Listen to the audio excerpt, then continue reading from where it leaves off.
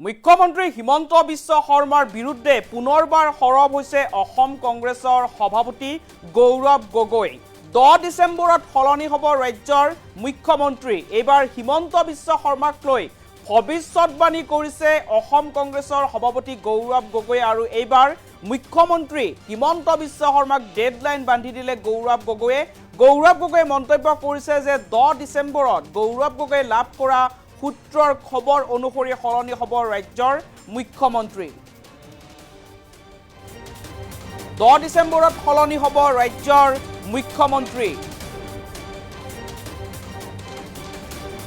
এইবাৰ মুখ্যমন্ত্ৰীক ডেডলাইন দিলে গৌৰৱ গগৈয়ে।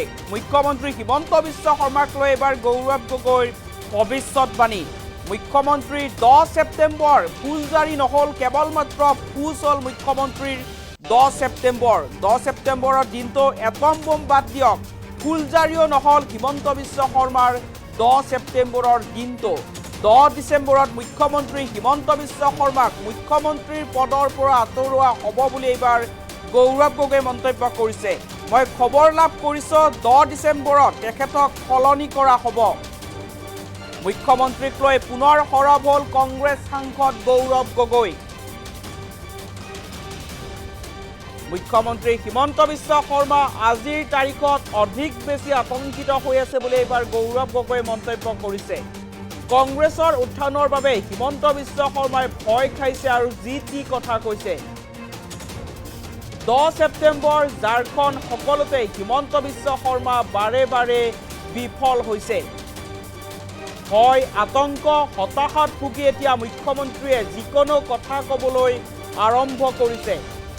হিমন্ত বিশ্ব শৰ্মাই যি কৈ আছে সকলো যুক্তিহীন কথা, তৰ্কহীন কথা। এইবাৰ গৌৰৱ গগৈ সৰব হৈ পৰা দেখিবলৈ পোৱা গৈছে। 10 ডিচেম্বৰত ৰাজ্যৰ মুখ্যমন্ত্ৰী সলনি হ'ব বুলি এইবাৰ সাংসদ গৌৰৱ গগৈয়ে ভৱিষ্যতবাণী কৰিছে আৰু এইবাৰ ৰাজ্যৰ মুখ্যমন্ত্ৰী হিমন্ত বিশ্ব শৰ্মাক ডেডলাইন বান্ধি দিছে অসম কংগ্ৰেছৰ সভাপতি গৌৰৱ গগৈয়ে। 10 ছেপ্টেম্বৰ মুখ্যমন্ত্ৰীয়ে যি এটম বোমৰ কথা কৈছিল সেয়া কেৱল মাত্ৰ মুখ্যমন্ত্ৰীৰ ভাষণতে সীমাবদ্ধ হৈ থাকিল। এটম বোম বাদ দিয়া ফুলজাৰিও নহ'ল মুখ্যমন্ত্ৰী হিমন্ত বিশ্ব শৰ্মাৰ 10 ছেপ্টেম্বৰ। কিন্তু এইবাৰ হিমন্ত বিশ্ব শৰ্মাক লৈ গৌৰৱ গগৈয়ে ভৱিষ্যতবাণী কৰিছে যে 10 ডিচেম্বৰত ৰাজ্যৰ মুখ্যমন্ত্ৰী সলনি হ'ব আৰু 10 ডিচেম্বৰত মুখ্যমন্ত্ৰীৰ আসনৰ পৰা আঁতৰোৱা হ'ব ৰাজ্যৰ মুখ্যমন্ত্ৰী হিমন্ত বিশ্ব শৰ্মাক। এনেদৰে এতিয়া মুখ্যমন্ত্ৰী হিমন্ত বিশ্ব শৰ্মাক লৈ ভৱিষ্যতবাণী কৰিছে গৌৰৱ গগৈয়ে আৰু মুখ্যমন্ত্ৰী হিমন্ত বিশ্ব শৰ্মাৰ বিৰুদ্ধে এতিয়া সৰব হৈ পৰা দেখিবলৈ পোৱা গৈছে অসম কংগ্ৰেছৰ সভাপতি গৌৰৱ গগৈ। গৌৰৱ গগৈৰ মন্তব্য আছে, মন্তব্য আগবঢ়াইছোঁ। মুখ্যমন্ত্ৰী মহোদয় আজি তাৰিখত আতংকিত। 10 ছেপ্টেম্বৰ এটম বম এই ফুলজাৰিও নহ'ল, ফুজ হৈ গ'ল। আৰু সেইকাৰণে মই ভাবোঁ যে তেওঁ যে ইমান বাৰম্বাৰ যে বিফল হৈ গৈ আছে, ঝাৰখণ্ডত বিফল হ'ল, যোৰহাটত বিফল হ'ল, 10 ছেপ্টেম্বৰত বিফল হ'ল। মই যি খবৰ পাইছোঁ অহা 10 ডিচেম্বৰত তেওঁক সলনি কৰা যাব আৰু তেখেতক মুখ্যমন্ত্ৰী পদৰ পৰা আঁতৰাই যাব। সেইকাৰণে তেওঁ সেই ভয়ত, সেই আতংকত, সেই চিন্তাত পৰি, সেই হতাশাত পৰি আজি এনেধৰণৰ কথাবোৰ ক'বলৈ আৰম্ভ কৰিছে। যুক্তিহীন কথা, তৰ্কহীন কথা। যদিও মোতকৈ বয়সত বেছি ডাঙৰ, কিন্তু তেখেতৰ কথাতে এজন সৰু ল'ৰাৰ কথা আমি শুনা পাইছোঁ।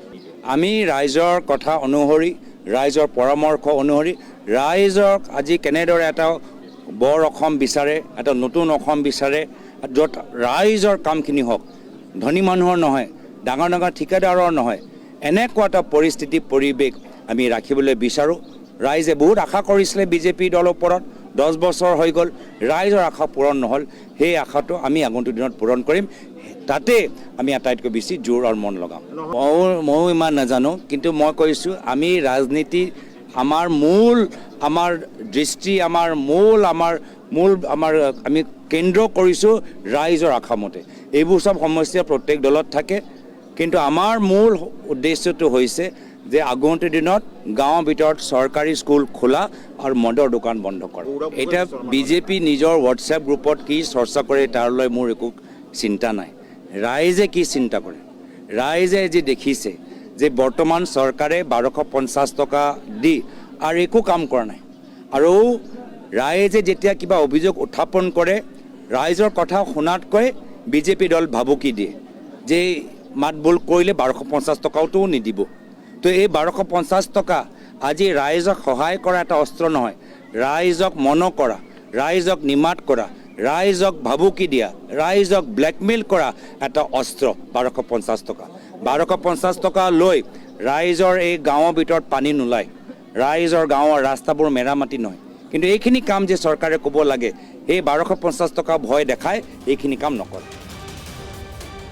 আৰু এয়া আছিল অসম কংগ্ৰেছৰ সভাপতি গৌৰৱ গগৈৰ মন্তব্য। দেখিবলৈ পোৱা গৈছে এতিয়া মুখ্যমন্ত্ৰী হিমন্ত বিশ্ব শৰ্মা আৰু গৌৰৱ গগৈৰ মাজৰ বাকযুদ্ধ এতিয়া তুংগত উঠিছে আৰু এইবাৰ মুখ্যমন্ত্ৰী হিমন্ত বিশ্ব শৰ্মাক লৈ ভৱিষ্যতবাণী কৰিছে অসম কংগ্ৰেছৰ সভাপতি তথা সাংসদ গৌৰৱ গগৈয়ে। মুখ্যমন্ত্ৰী হিমন্ত বিশ্ব শৰ্মাই 10 ছেপ্টেম্বৰৰ যি কথা কৈছিল সেয়াক লৈ এতিয়া গৌৰৱ গগৈয়ে দেখিবলৈ পোৱা গৈছে 10 ছেপ্টেম্বৰৰ তাৰিখটোক লৈ এইবাৰ মুখ্যমন্ত্ৰী হিমন্ত বিশ্ব শৰ্মাক লৈ সৰব হৈছে অসম কংগ্ৰেছৰ সভাপতি গৌৰৱ গগৈ। মুখ্যমন্ত্ৰীৰ 10 ছেপ্টেম্বৰ এটম বোম বাদ দিয়া ফুলজাৰিও নহল, কেৱল মাত্ৰ ফুজ হ'ল মুখ্যমন্ত্ৰী হিমন্ত বিশ্ব শৰ্মাৰ 10 ছেপ্টেম্বৰ। এনেদৰে এতিয়া সাংসদ তথা অসম কংগ্ৰেছৰ সভাপতি গৌৰৱ গগৈয়ে মুখ্যমন্ত্ৰী হিমন্ত বিশ্ব শৰ্মাক লৈ সৰব হৈ পৰা দেখিবলৈ পোৱা গৈছে। মুখ্যমন্ত্ৰী হিমন্ত বিশ্ব শৰ্মা আজিৰ তাৰিখত এতিয়া অধিক বেছি আতংকিত হৈছে। কংগ্ৰেছ দলৰ যি উত্থান এই উত্থানৰ বাবে এতিয়া হিমন্ত বিশ্ব শৰ্মাই ভয় খাইছে আৰু যাৰ বাবে এতিয়া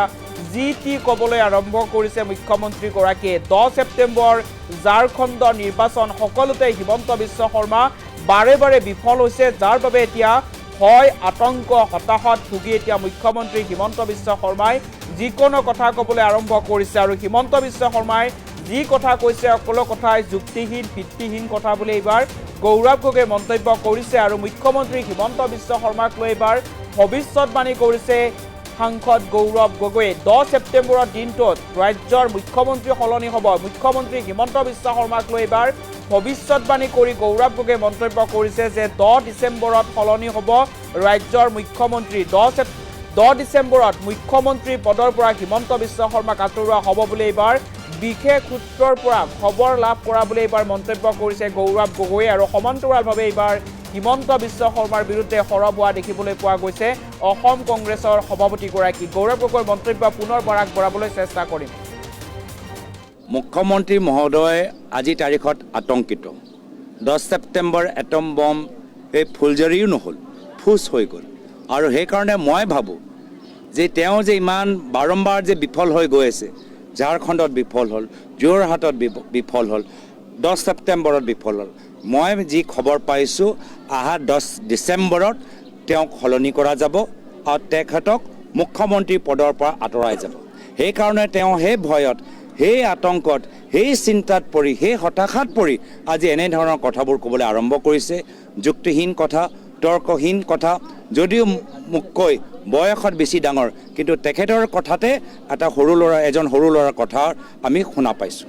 আমি ৰাইজৰ কথা অনুসৰি, ৰাইজৰ পৰামৰ্শ অনুসৰি ৰাইজক আজি কেনেদৰে এটা বৰ অসম বিচাৰে, এটা নতুন অসম বিচাৰে, য'ত ৰাইজৰ কামখিনি হওক, ধনী মানুহৰ নহয়, ডাঙৰ ডাঙৰ ঠিকাদাৰৰ নহয়, এনেকুৱা এটা পৰিস্থিতি পৰিৱেশ আমি ৰাখিবলৈ বিচাৰোঁ। ৰাইজে বহুত আশা কৰিছিলে বিজেপি দলৰ ওপৰত, 10 বছৰ হৈ গ'ল, ৰাইজৰ আশা পূৰণ নহ'ল। সেই আশাটো আমি আগন্তুক দিনত পূৰণ কৰিম, তাতে আমি আটাইতকৈ বেছি জোৰ আৰু মন লগাম। ময়ো ইমান নাজানো, কিন্তু মই কৈছোঁ আমি ৰাজনীতি আমাৰ দৃষ্টি আমি কেন্দ্ৰ কৰিছোঁ ৰাইজৰ আশামতে। এইবোৰ চব সমস্যা প্ৰত্যেক দলত থাকে, কিন্তু আমাৰ মূল উদ্দেশ্যটো হৈছে যে আগন্তুক দিনত গাঁৱৰ ভিতৰত চৰকাৰী স্কুল খোলা আৰু মদৰ দোকান বন্ধ কৰা। এতিয়া বিজেপি নিজৰ হোৱাটছএপ গ্ৰুপত কি চৰ্চা কৰে তাৰলৈ মোৰ একো চিন্তা নাই।